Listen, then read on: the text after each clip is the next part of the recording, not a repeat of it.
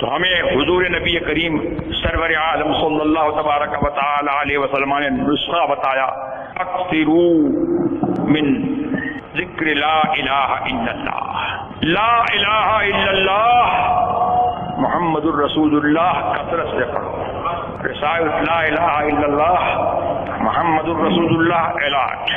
This is the way to keep your iman fresh.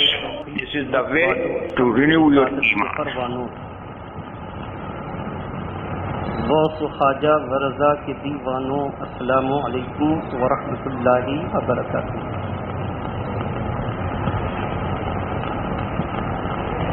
الحمد للہ رب العالمین والعاقبۃ للمتقین والصلاۃ والسلام علی رسولہ النبی الامین المتین الکریم. اما بعد فاعوذ باللہ من الشیطان الرجیم، بسم اللہ الرحمن الرحیم.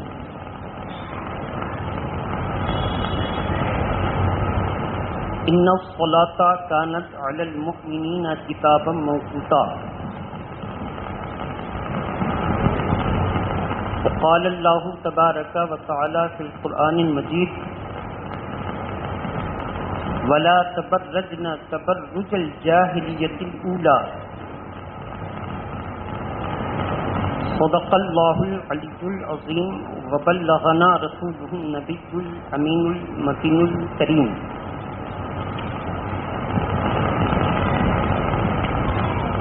کہ محمد سے وفات ہونے تو ہم تیرے ہیں، کہ محمد سے وفات ہونے تو ہم تیرے ہیں، یہ جہاں چیز ہے کیا لوح و قلم تیرے ہیں. صلی اللہ علیہ یا رسول اللہ. عزیزان ملت اسلامیہ، آج کی اس محفل محبت میں میں نے قرآن مقدس کی دو جگہوں سے آیات کریمہ کا مخصوص حصے کو اپنا موضوع سخن بنایا ہے، اور اسی کی روشن کرنوں کے حوالے سے آپ کے سامنے دو مسئلے پر بات کرنی ہے. ایک یہ کہ ہم اور آپ اللہ کے بندے ہیں، اور جب بندگی میں ہم اور آپ برابر ہیں تو چاہے عالم ہو یا عام آدمی ہو، دونوں کے اوپر نماز فرض ہے. نماز فرض ہے. ایسی صورت میں نماز کے تعلق سے اللہ تبارک تعالیٰ نے اعلان فرمایا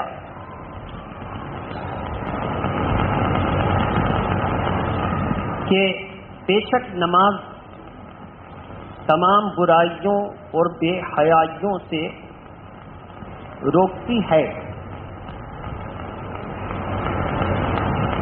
لیکن مسلمان رکتا نہیں ہے. مسلمان رکتا نہیں ہے. نماز کہتی ہے کہ جیسے ہی تم نماز پڑھو اس سے پہلے تیاری کرو. طہارت اکبر اور طہارت اصغر کا اہتمام کرو. طہارت اکبر کی مراد جس کے اوپر غسل فرض ہے، اور طہارت اصغر سے مراد جس کے اوپر وضو فرض ہے. اس کی پاکیزگی حاصل کرنا طہارت اصغر اور طہارت اکبر سے، اکبر کو اپناتے ہوئے، لہذا ہم اور آپ سب سے پہلے ظاہری طہارت کا اہتمام کریں. اگر ظاہری طہارت میں آپ مخلص ہو گئے، ہم مخلص ہو گئے، تو اللہ ہمارے باطن اور دل اور سینے کو طہارت کا مسکن بنا دے گا. اور اگر ہم نے ظاہری طہارت کو بھی یوں ہی کر لیا، شریعت کی روشنی میں نہ کیا، تو جب ظاہر کو ہم بدل نہیں رہے ہیں تو ہمارے باطن کو اللہ نہیں بدلے گا. بات ایک دم صاف. اللہ فرماتا ہے ان اللہ لا یغیر ما بقوم حتی یغیروا ما بانفسہم. بے شک اللہ تبارک تعالی اس قوم کی حالت کو بدلتا نہیں جو قوم اپنی حالت کو خود نہ بدلے. جو قوم اپنی حالت کو خود نہ بدلے وہ پھر خود نہ بدلے تو گالی گلوچ فحاشی برائی کسی سے وہ بچ نہ سکے گا. سمجھ لیجیے کہ یہ اس کا ظاہر ایسا ہے تو باطن کتنا گندا ہوگا. بہرحال درود پاک پڑھیں. اللہم صلی علی سیدنا و مولانا محمد وعلی آلہ واصحابہ بارک وسلم. ہم عوام نمازیوں سے گزارش کریں گے کہ آپ سڑکوں پہ نماز نہ پڑھیں. سڑکوں پہ ہمارا اسلام اتنا اچھا ہے کہ صحابہ اکرام سڑکوں پہ گفتگو کرتے ہوئے میرے نبی کی نظر میں آ گئے. اللہ کے پیارے نبی صلی اللہ تعالی علیہ وسلم نے فرمایا راستے کی رکاوٹ نہ بنو. کہا یا رسول اللہ میرے ماں باپ آپ پر قربان، ہمارے گھروں میں اتنی جگہ نہیں ہے تو ہم راستے میں مل جاتے ہیں تو وہیں بات کر لیا کرتے ہیں. کہا تو بات ایسی ہے تو راستے کا حق ادا کرو. راستے کا حق ادا کرو. اور حق یہ ہے کہ راستے میں پڑی رہنے والی رکاوٹ کو دور کرو. کانچ کا ٹکڑا، کانٹا، ٹھوکر لگ جانے والی کوئی چیز. دوسری بات یہ کہ بھولے بھٹکے اگر تم سے پتہ پوچھیں تو ان کی مدد کرو، ان کی صحیح بتا دو. اگر تم اس طرح راستے کی رکاوٹ نہ بنے اور لوگوں کی مدد نہ کی تو سد راہ کا گناہ ہوگا. راستہ کو روکنے والے جیسا گناہ ہوگا. اس لیے ہم مسلمان اللہ کا پاک گھر رہتے ہوئے سڑکوں پہ اگر نماز پڑھتے ہیں، جانتے ہیں اس سے غیر مسلم کیا ذہن بنا کے کورٹ میں مقدمہ پیش کرے گا. وہ یہ کہ مسلمانوں کے لیے مسجد عبادت کے لیے لازم نہیں ہے. عبادت کے لیے عبادت کے لیے لہذا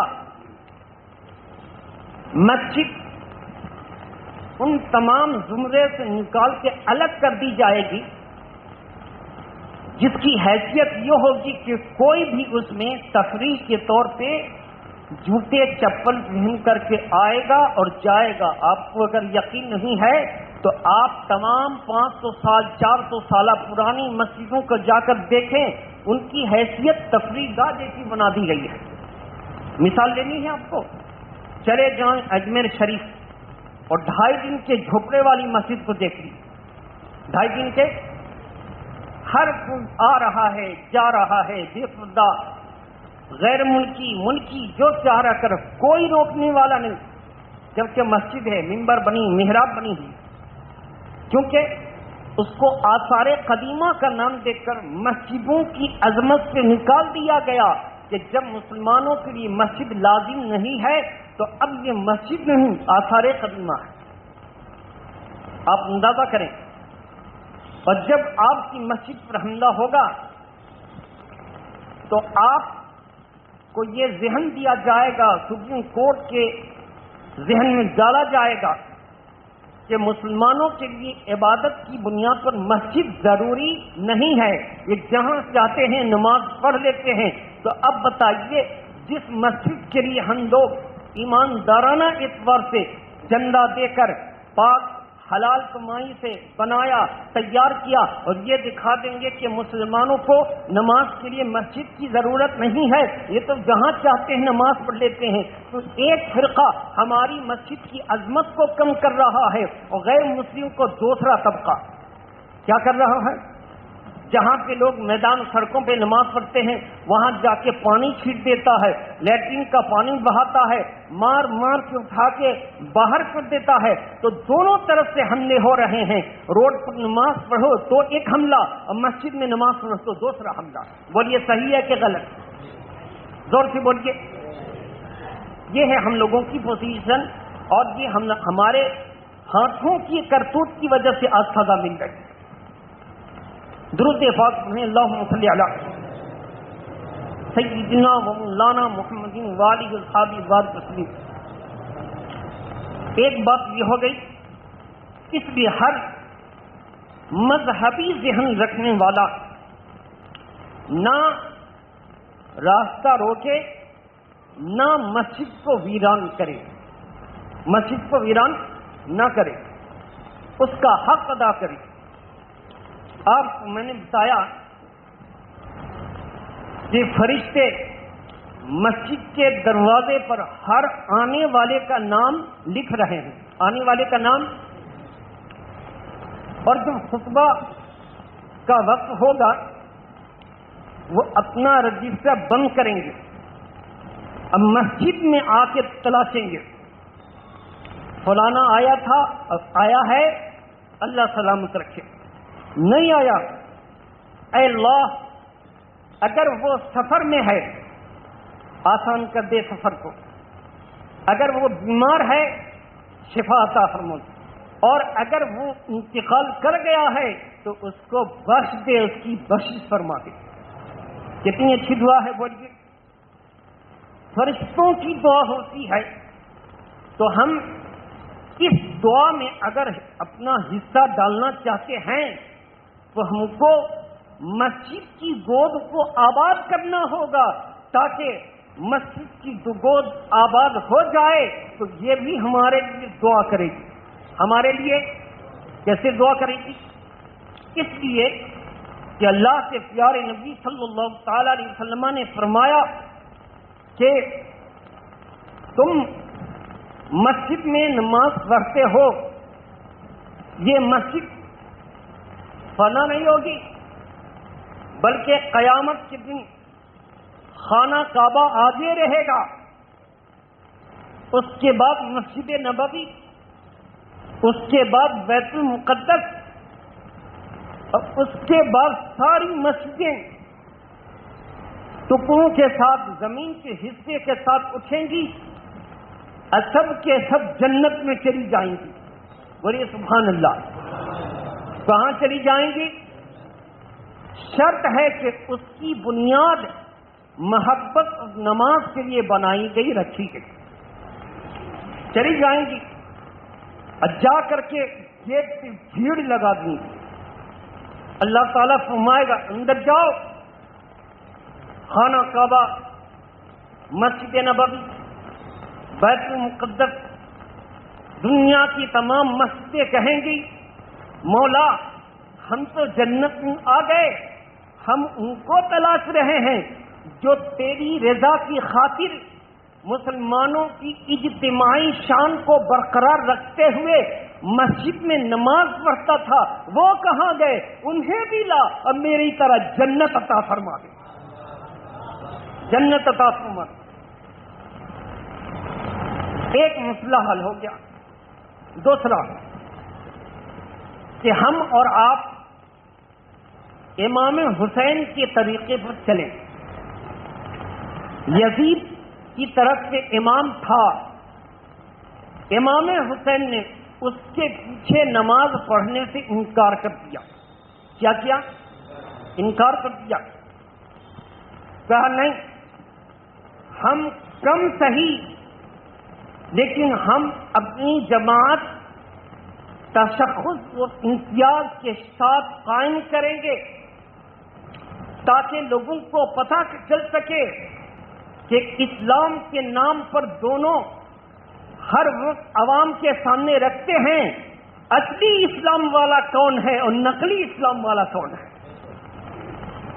امام حسین نے الگ جماعت کر کے دنیا کو بتا دیا ہم نماز پڑھتے نہیں ہیں، ہم نماز کو اس کی عظمتوں کے ساتھ قائم کرتے ہیں، اور جب اس کی بنیاد قائم ہو گئی تو سارے نیک اعمال کی عمارتیں بننی شروع ہو جاتی ہیں۔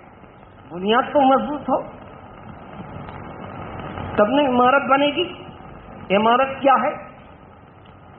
عمارت یہ ہے کہ کلمۃ طیبۃ مفتاح الجنہ، کلمہ طیبہ جنت کی چابی ہے، تو جس کو مل گئی وہ جنت میں چلا گیا۔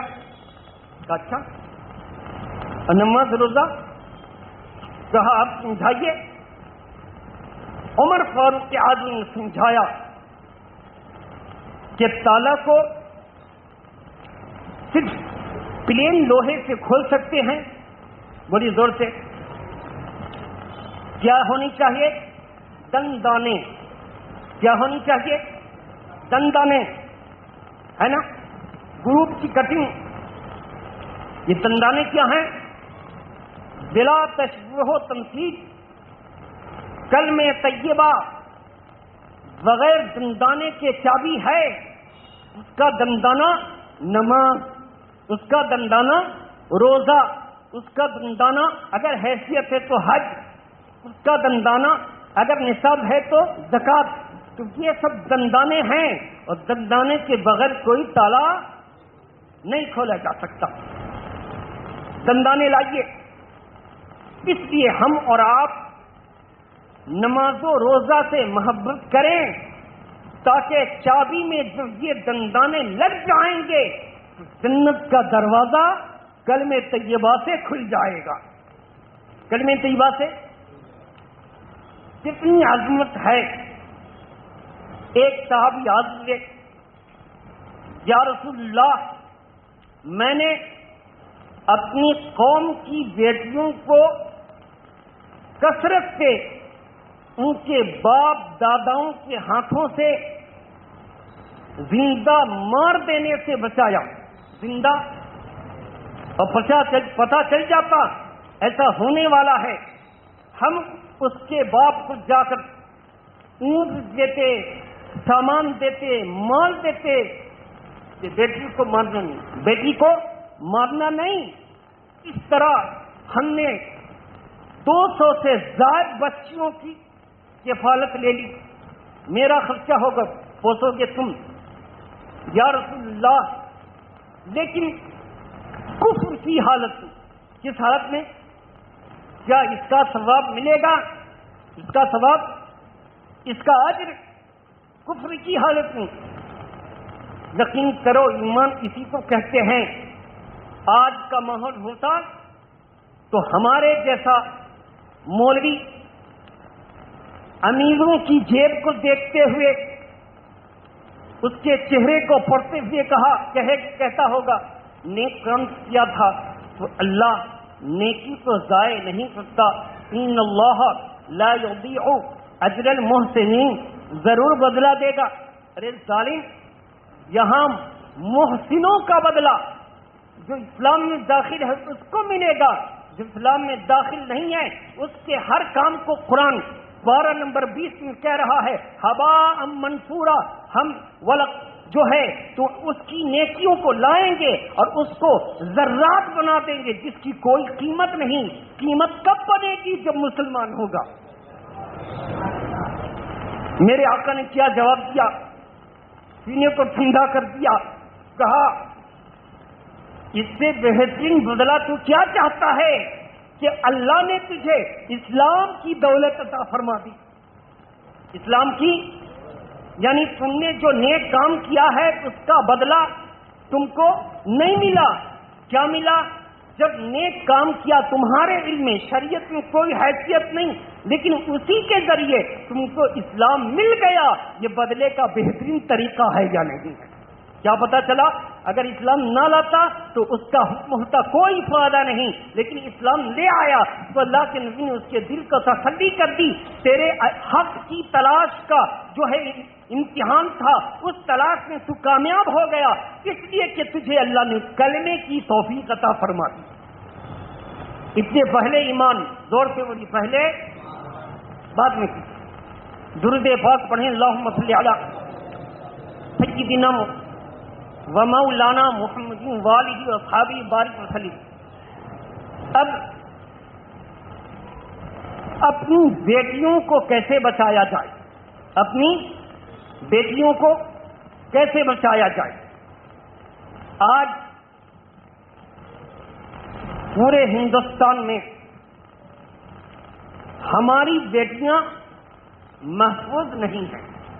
زور سے کہیے محفوظ. بولیے انشاءاللہ محفوظ رہیں گی.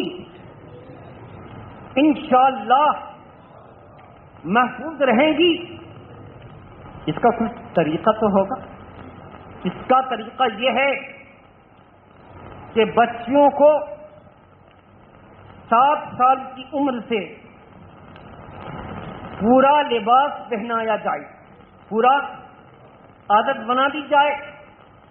حجاب و نقاب کی عادت بنائی جائے اور 11 سے لے کر 13 تک ان بچیوں کو اس کی عادت ڈلوا دی جائے. عادت بنائیے.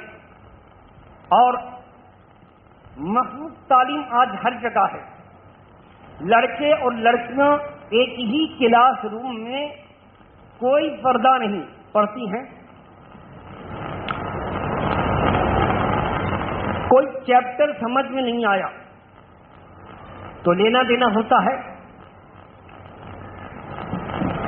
سجیشن مشورہ دینا دینا ہوتا ہے. تو ایسی صورت میں بہت جانے کا ڈر زیادہ ہے. آفسوں میں ہماری قوم کی بیٹیاں کام کرتی ہیں، غیروں سے ملنا جلنا، ان سے اپنی نوکری کا کام کاج کے معاملے میں بات کرنا. اگر ان کے دل میں اسلام کمزور ہے تو غیر مسلم اسلام کی تعریف کرے گا اور کرتے کرتے دامے فریب کے جال میں پھنسا دے گا. اور پھر اس کے بعد محبت انگڑائی لے گی. پھر اس کے بعد اگر گھر والے ساتھ دیں نہ دیں وہ اپنے آپ کو اس کے حوالے کر دے گی. اور کوئی پوچھے تو کہے گی اسلام کی بہت تعریف کرتا ہے، اسلام کی بہت تعریف کرتا ہے. اور جب معاملہ طے ہو گیا، شادی ہو گئی تو رضوانہ کی طرح جلا دے گا اس کو مار کے. آپ اندازہ کریں. اس لیے ہر ماں باپ اور مسلمان استاد اور استانی کی ضرورت ہے کہ اپنی قوم کی بیٹیوں پر نگاہ رکھیں، ان کے بہکتے ہوئے قدم کی شروعات کو قابو میں کر لیں. اگر ان کے بہکتے ہوئے قدم کو ابتدائی حالت میں روک دیا گیا تو انشاءاللہ ہماری امت کا شرازہ بکھرنے اور بے عزتی سے ہماری قوم بچ جائے گی.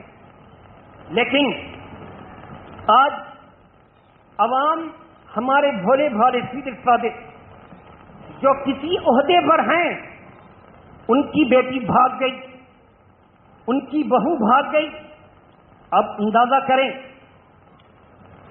اس لیے کہ خود وہ زنا بالجبر کے جرم میں جیل کھٹ کر کے آئے ہیں، دوسرے سے زنا کیا، ان کو بھی وہی سزا مل گئی۔